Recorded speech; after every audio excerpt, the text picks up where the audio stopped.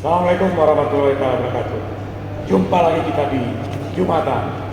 Jumpa PPATK Pekanang. Sobat PPATK, tentunya sobat sudah asing lagi dengan Cak Lontong ya. Tapi nama asli beliau belum tentu sobat PPATK tahu.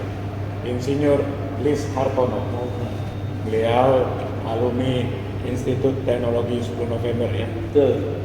Jadi Cak Lontong tadi bercerita bagaimana kalau ketemu dengan para insinyur, beliau itu minder. Begitu juga kalau ketemu dengan pelawak, beliau juga minder. Karena satu-satunya mungkin ya sebagai insinyur menjadi profesi pelawak. Terima kasih Cak Lontong sudah datang di studio PPATK. Kami ingin tahu banyak nih tentang Cak Lontong pandangan dari National Risk Assessment yang kita lakukan tahun ke tahun, korupsi selalu nomor satu.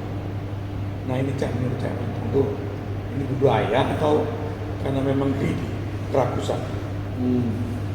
Terima kasih Bang View ya. Luar biasa nih pertanyaannya, pertanyaan di luar profesi saya ini, profesi korupsi. Tapi memang korupsi itu jadi perhatian utama karena itu adalah sebuah kejahatan. Iya. Nah, yang selama ini kita menjadikan korupsi itu sesuatu yang lumrah, kita anggap lumrah. Bahkan ada yang menyebut budaya korupsi. Padahal tidak ada yang namanya budaya korupsi. Justru itu menjadi sesuatu yang biasa karena kita budayakan. Kita anggap sebagai sesuatu yang wajar. Nah, mungkin justru di awal harus kita awali dari mindset kita bahwa korupsi itu adalah kejahatan. Dan itu lebih jahat dari kejahatan yang lain, makanya level kejahatannya pun khusus untuk korupsi ini kan. Makanya ada tindak pidana korupsi, bedanya beda dengan kejahatan yang lain. Artinya ini menjadi perhatian bukan hanya pemerintah, tapi masyarakat juga mulai peduli dengan apa yang terjadi atau apa yang diakibatkan kerugian dari korupsi ini. Karena saya ingat betul, sebuah negara itu tidak mungkin atau tidak akan jatuh kalau ada 1000 pengemis. Tetapi negara itu bisa runtuh, bisa hancur karena 10 koruptor. Saya ingat betul kata-kata bijak seperti itu. Artinya bahwa kemiskinan itu juga terjadi di semua negara. Korupsi bisa jadi juga terjadi di banyak negara. Tetapi yang lebih menghancurkan sebuah negara adalah korupsi, bukan kemiskinan.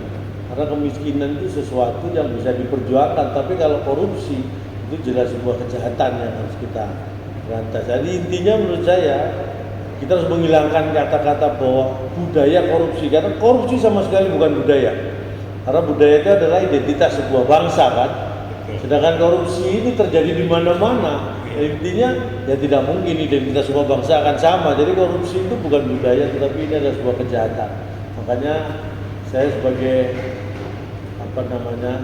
warga juga tahu bahwa PPATK ini punya tugas salah satunya menjadi instrumen untuk bisa mencegah dan juga menelusuri bagaimana hasil korupsi ini, terutama ya melalui pencucian uang. Nah ini memang kita harus hidup bersih, tetapi satu-satunya hidup bersih yang tidak boleh adalah mencuci uang. Mencuci mobil, mencuci badan harus rutin. Tapi mencuci uang itu nggak boleh. Harus hindari. Harus dihindari. Nah itu salah satu peran. Apa caranya supaya mengajak masyarakat tadi ini untuk anti menjadi korupsi gitu? Ya seperti itu tadi. Karena korupsi ini kejahatan, jangan dianggap budaya. Melawannya karena ini sudah sangat banyak dan dianggap lumrah. Jadi kita melawannya harus dengan budaya. Makanya saya kalau setiap diundang di kementerian atau mungkin BUMN, dari lembaga pemerintah itu kan mereka punya budaya, punya kultur. Di mana kalau BUMN sekarang punya akhlak. Ya artinya semua itu menghindari yang namanya korupsi. Makanya sekarang orang sudah menjadi budaya baru bahwa melakukan korupsi itu menjadi sesuatu yang sangat dihindari dalam arti gini. Dihindari dalam arti tidak dilakukan sama dihindari jangan sampai ketahuan, karena sekarang yang mengawasi kan banyak korupsi itu, terjadinya korupsi yang mengawasi banyak. Walaupun itu upaya dilakukan sedemikian rupa, tapi masih banyak juga OTT ya kan, OTT terjadi juga. Intinya bahwa memang belum tidak akan bisa 100% tuntas, tetapi setidak-tidaknya kita bisa menyelamatkan banyak uang negara dan uang rakyat, karena tujuannya bukan untuk memperkaya pribadi tapi untuk membangun bangsa ini ya. Jadi kalau menurut saya dilawan dengan budaya, makanya, dan budaya dilawan juga dengan budaya anti korupsi. Anti korupsi. Iya. Jadi korupsi bukan budaya tapi kejahatan. Dilawan dengan budaya yang jujur, budaya yang bersih, transparan, terbuka, semuanya seperti itu. Dan dimulai dari terkecil, kesatuan terkecil, keluarga. Nah, menurut saya itu perannya luar biasa nih harusnya. Keluarga-keluarga Indonesia itu harus punya peran bagaimana membudayakan kepada anak-anak, kemudian pada saudara-saudara famili itu ya budaya untuk melakukan hal-hal yang itu kalau berupa kejahatan minim punya rasa malu, punya filter. Jadi kita lawan kriminal, kejahatan korupsi dengan budaya yang kuat Dari diri kita, dari lingkungan kita terkecil. Karena semuanya berawal dari situ. Dari yang kecil ya. Betul sekali. Nah, calon toh, cuman ada semacam semangat calon toh itu kan bagus sekali, tapi faktanya di lapangan baru-baru ini kita dengar hukuman yang sudah diputus 10 tahun penjara dikasih diskon besar-besar, seal sampai 60%, dari 10 jadi 4 tahun. J, misalnya saya beri nama langsung, seorang yang melarikan diri dari kejahatan korupsi malah dikasih lagi diskon yang cukup juga besar. Ini nih calon tong lihat nih gimana ya.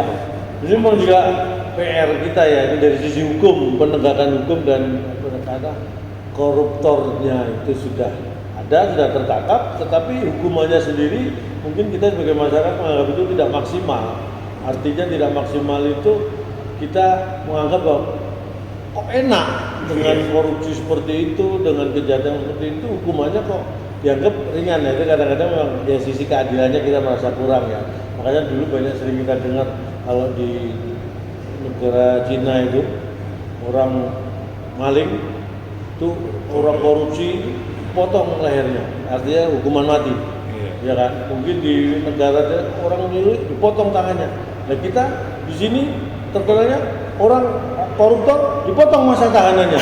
Wah ini yang sama-sama dipotong tapi objeknya beda gitu. Ini saya kira ini yang. Tapi sekarang saya kira karena banyak sekali ya yang menyoroti itu, menyuarakan itu. Jadi mudah-mudahan ke depan memang kita tidak bisa seperti membalik tangan merubah semuanya seketika, tetapi upaya kesana mudah-mudahan ini nanti bisa memberikan hasil yang terbaik ketika kerjasama antara dari sisi orang yang menyidik sampai menentukan seseorang menjadi koruptor, kemudian dari sisi pengadilan juga, dari penegak hukum, dari mungkin kejaksaan, dari pengadilan itu juga memberikan yang terbaik untuk masyarakat. Karena itu yang kita tunggu.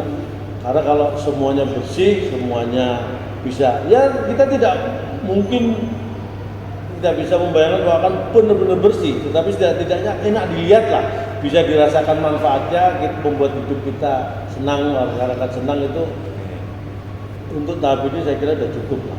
Makanya kita berharap juga pada penegak hukum memberikan yang terbaik lah untuk masyarakat ini, karena namanya koruptor saya katakan tadi ini termasuk kejahatan besar. Kita kejar hartanya sampai kemanapun, karena itu harus punya negara, itu kan punya rakyat, terus kita berjuang. Salah satu tugas fungsi kewenangan PPATK.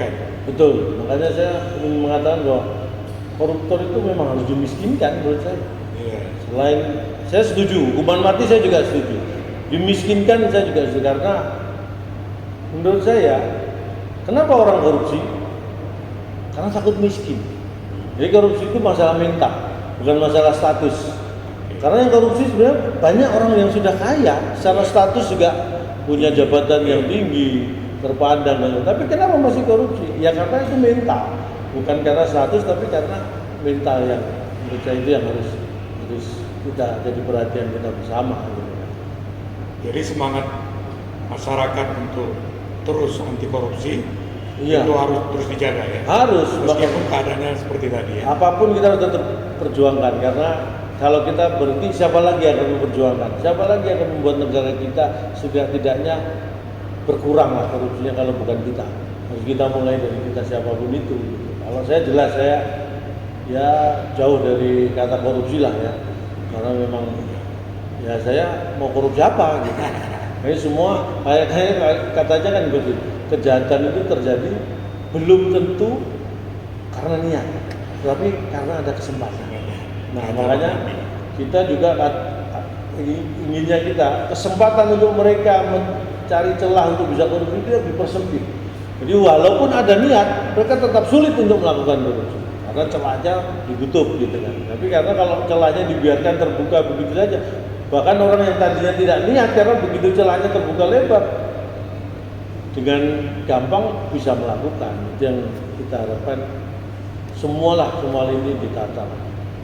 Baik Sobat PPATK, luar biasa ya, Nyalontong menyemangati kita semua untuk anti korupsi, anti pencucian uang.